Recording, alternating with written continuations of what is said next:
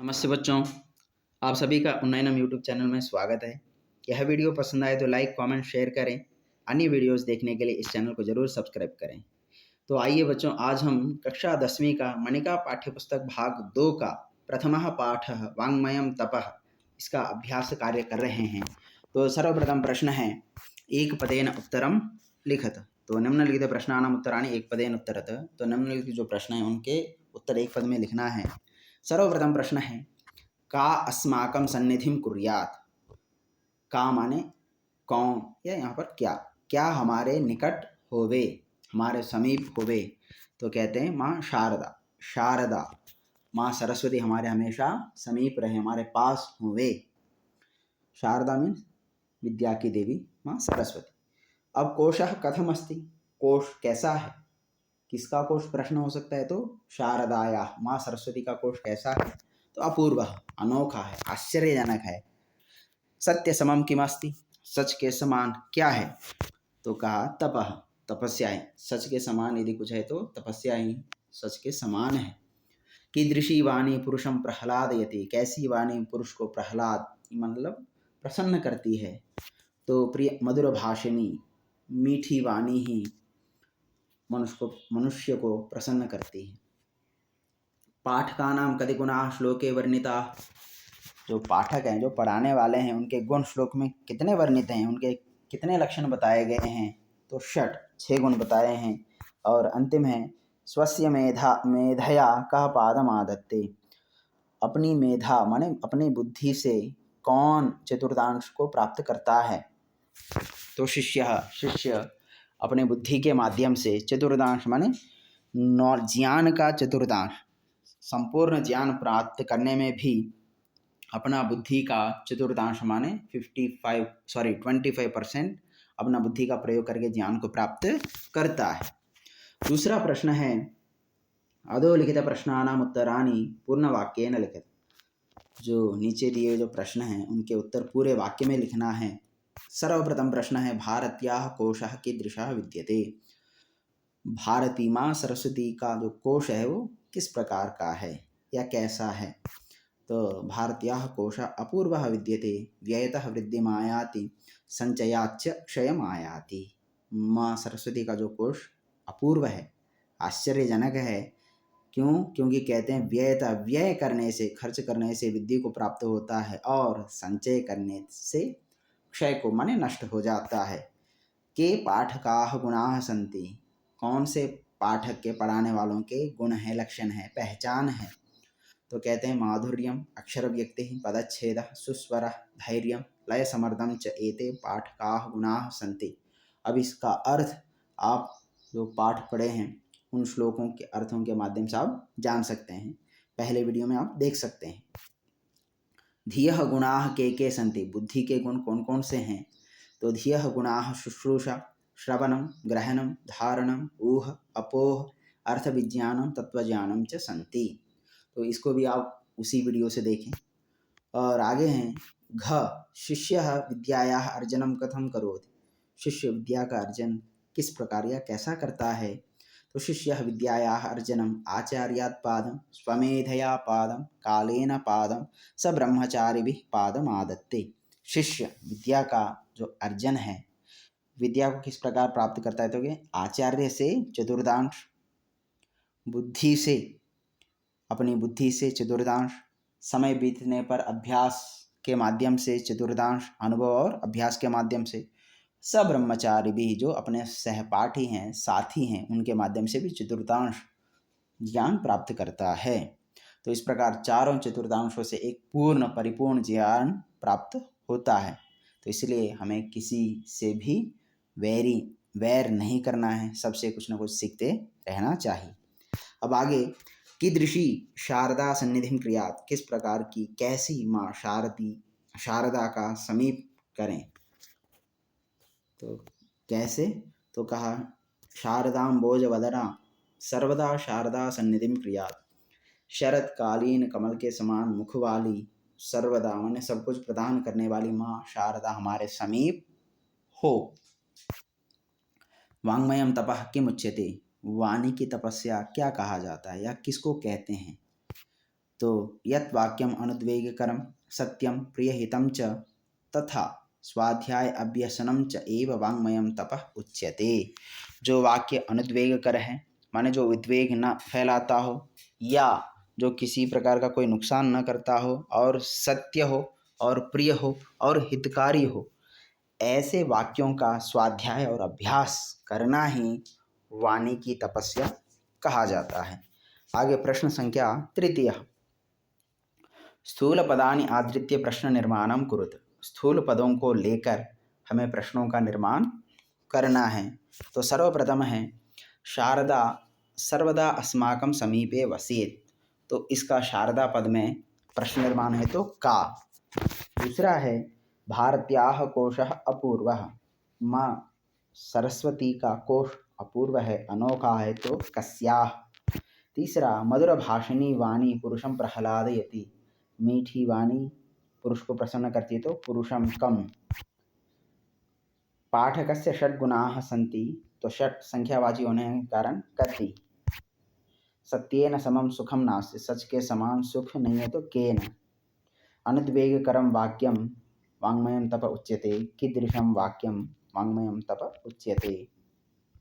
रागस्य विलोमः त्यागः। तो रागस्य का कस्य। प्रश्न संख्या चतुर्थः अधोलिखितान् प्रश्नान् यथा निर्देशम उत्तरत। अब निर्देश के अनुसार से हमें उत्तर देना है। अपूर्वः कोशोऽयं विद्यते तव भारती। अत्र क्रियापदम किम। इस संपूर्ण वाक्य में क्रियापद क्या है। तो उत्तर है विद्यते। दूसरा है प्रथमे श्लोके कर्तृपदम किम। पहले श्लोक में कर्तृपद क्या है। तो शारदा माँ सरस्वती। शीतला छाया अनयोः पदयोः विशेष्य पदम किम।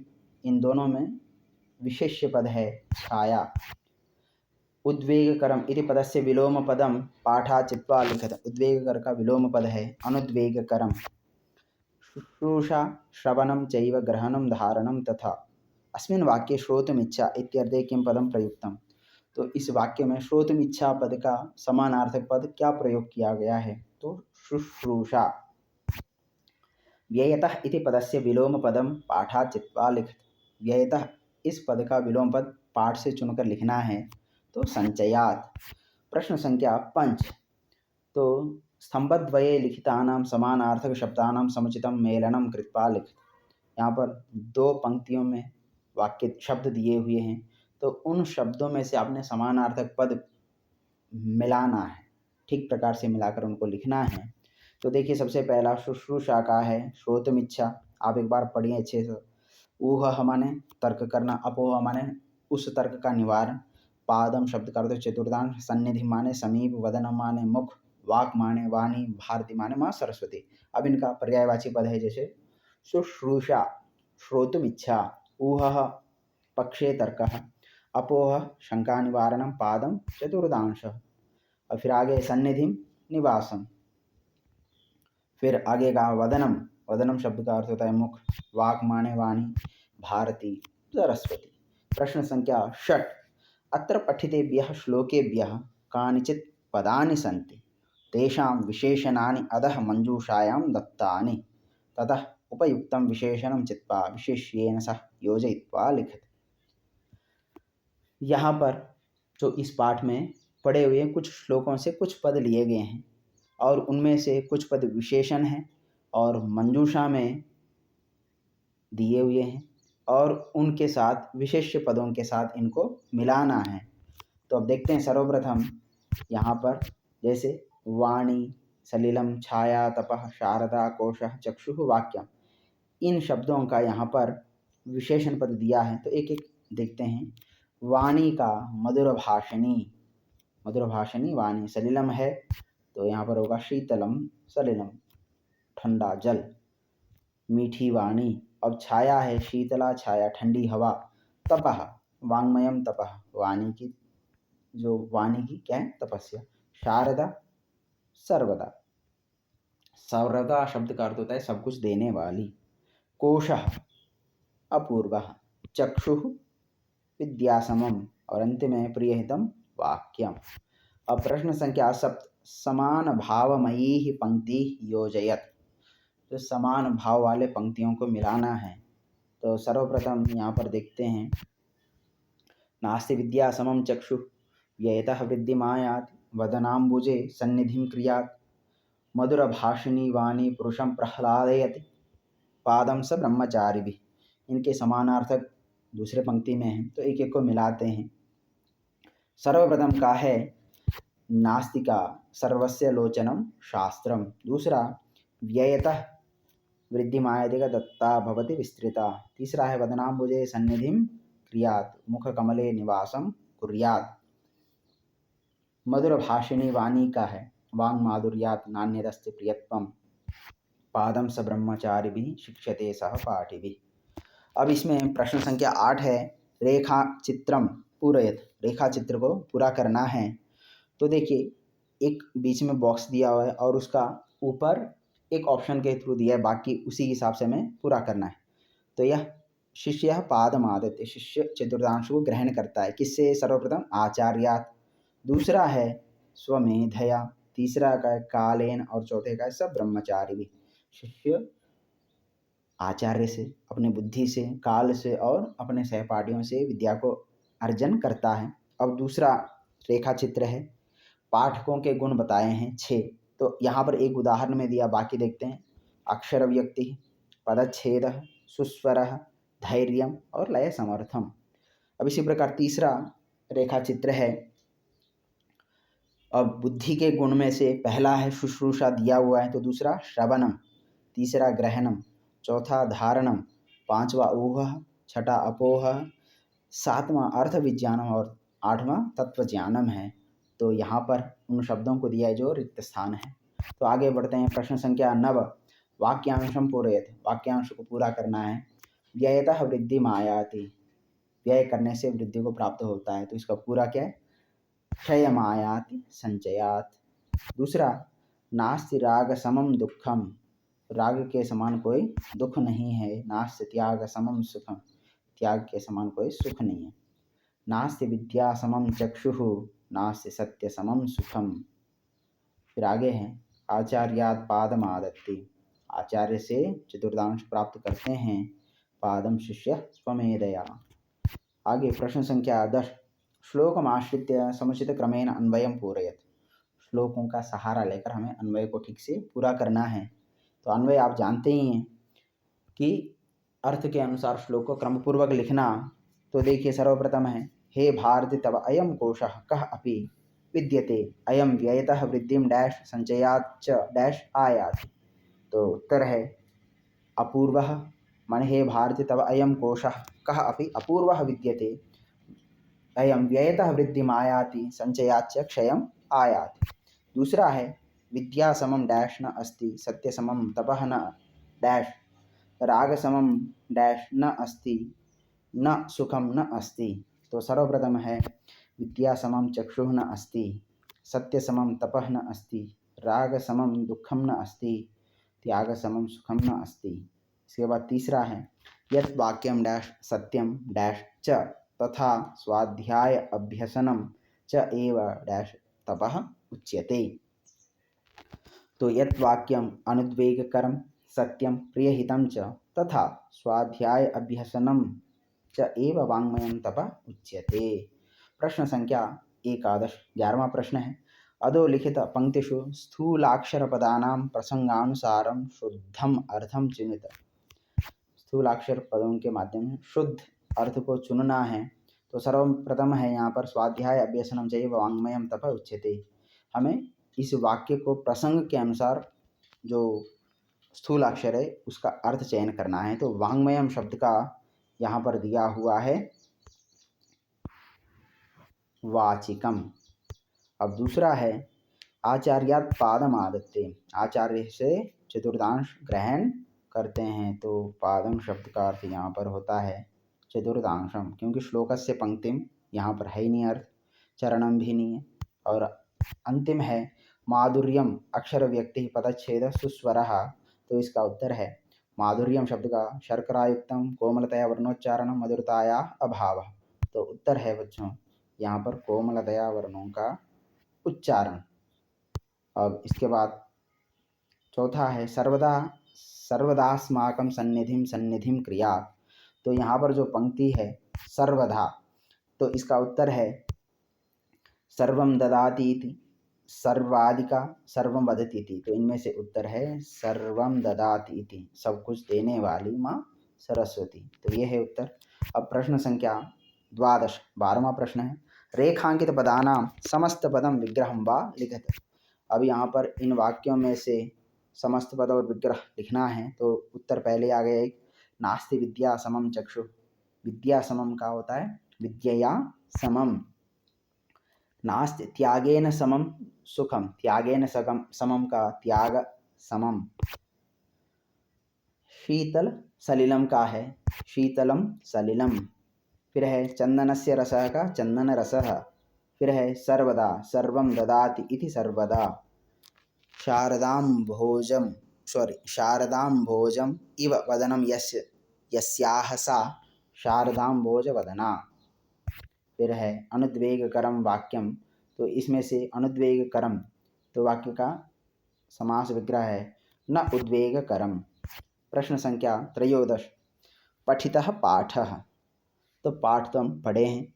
इदानीं क्रीडामः, अब एक खेल खेलते हैं। सर्वे छात्राः वर्गद्वये विभक्ताः स्युः। और जितने भी कक्षा में छात्र हैं वो 2 वर्गों में विभक्त हों। एक वर्ग है वाल्मीकि वर्ग, दूसरा है व्यास वर्ग, दूसरा है महर्षि व्यास वर्ग। और महर्षि वाल्मीकि वर्ग, महर्षि व्यास वर्ग। वाल्मीकि वर्गात् एकः छात्रः प्रश्नं पृच्छति, व्यास वर्गात् च कश्चित् उत्तरति। तो क्या करना है इसमें, तो एक वाल्मीकि वर्ग से प्रश्न पूछेगा, दूसरा व्यास वर्ग से उसका उत्तर देगा। फिर पुनश्च व्यास वर्गात् प्रश्न पृच्छ्यते, तो दूसरा व्यास वर्ग से प्रश्न पूछा जाएगा तो वाल्मीकि वर्ग से उत्तर दिया जाएगा। और इस प्रकार शिक्षक अंकों को प्रदान करेंगे और जो सबसे अधिक अंक प्राप्त करेगा वो वर्ग जीतेगा। तो सर्वप्रथम प्रश्न है अम्बोजः इति शब्दस्य पर्यायः कः। अम्बोजः शब्द का पर्याय पद क्या है, तो वारिजः, जलजः, कमलम भी। अब व्यास वर्ग शरत्कालीन इति कस्य अर्थः, शरत्कालीन इस प्रश्न का क्या अर्थ है, तो शारदः। सरस्वत्याः कोशः कथं वर्धते, माँ सरस्वती का कोश कैसा बढ़ता है। व्ययतः कया समम चक्षुर न विद्यते, किसके समान चक्षु नहीं है, तो विद्यया समम, विद्या के समान कोई चक्षु नहीं है। कीदृशी वाणी पुरुषं प्रसन्नं करोति, कैसी वाणी पुरुष को प्रसन्न करती है, तो मधुर भाषिणी वाणी। शारदा सर्वदा कुत्र निवसेत्, माँ शारदा हमेशा कहाँ पर निवास करें, तो उत्तर है अस्माकं वदनाम्बुजे, हमारे कमल रूपी मुख में। अनुद्वेगकरम इत्यस्य कः विलोमः, तो उद्वेगकरम का विलोम है अनुद्वेगकरम। सप्तमे श्लोके चतुर्थांशः कस्य अर्थः, जो 7वां श्लोक है उसमें जो चतुर्थांश यह किस पद का अर्थ है, तो पादम पद का यह चतुर्थांश अर्थ है। ऊहः शब्दस्य कः विलोमः, ऊह पद का विलोम पद क्या है, तो अपोह। और बुद्धेः प्रथमः गुणः का, बुद्धि का प्रथम गुण क्या है, शुश्रूषा, माने सुनने की इच्छा। सर्वप्रथम बुद्धि का गुण होना चाहिए सुनने की इच्छा, माने जानने की इच्छा हो, वही प्रथम गुण है। तो बच्चों यह वीडियो पसंद आए तो लाइक कमेंट जरूर करें बच्चों, और अन्य को शेयर जरूर करें। धन्यवाद।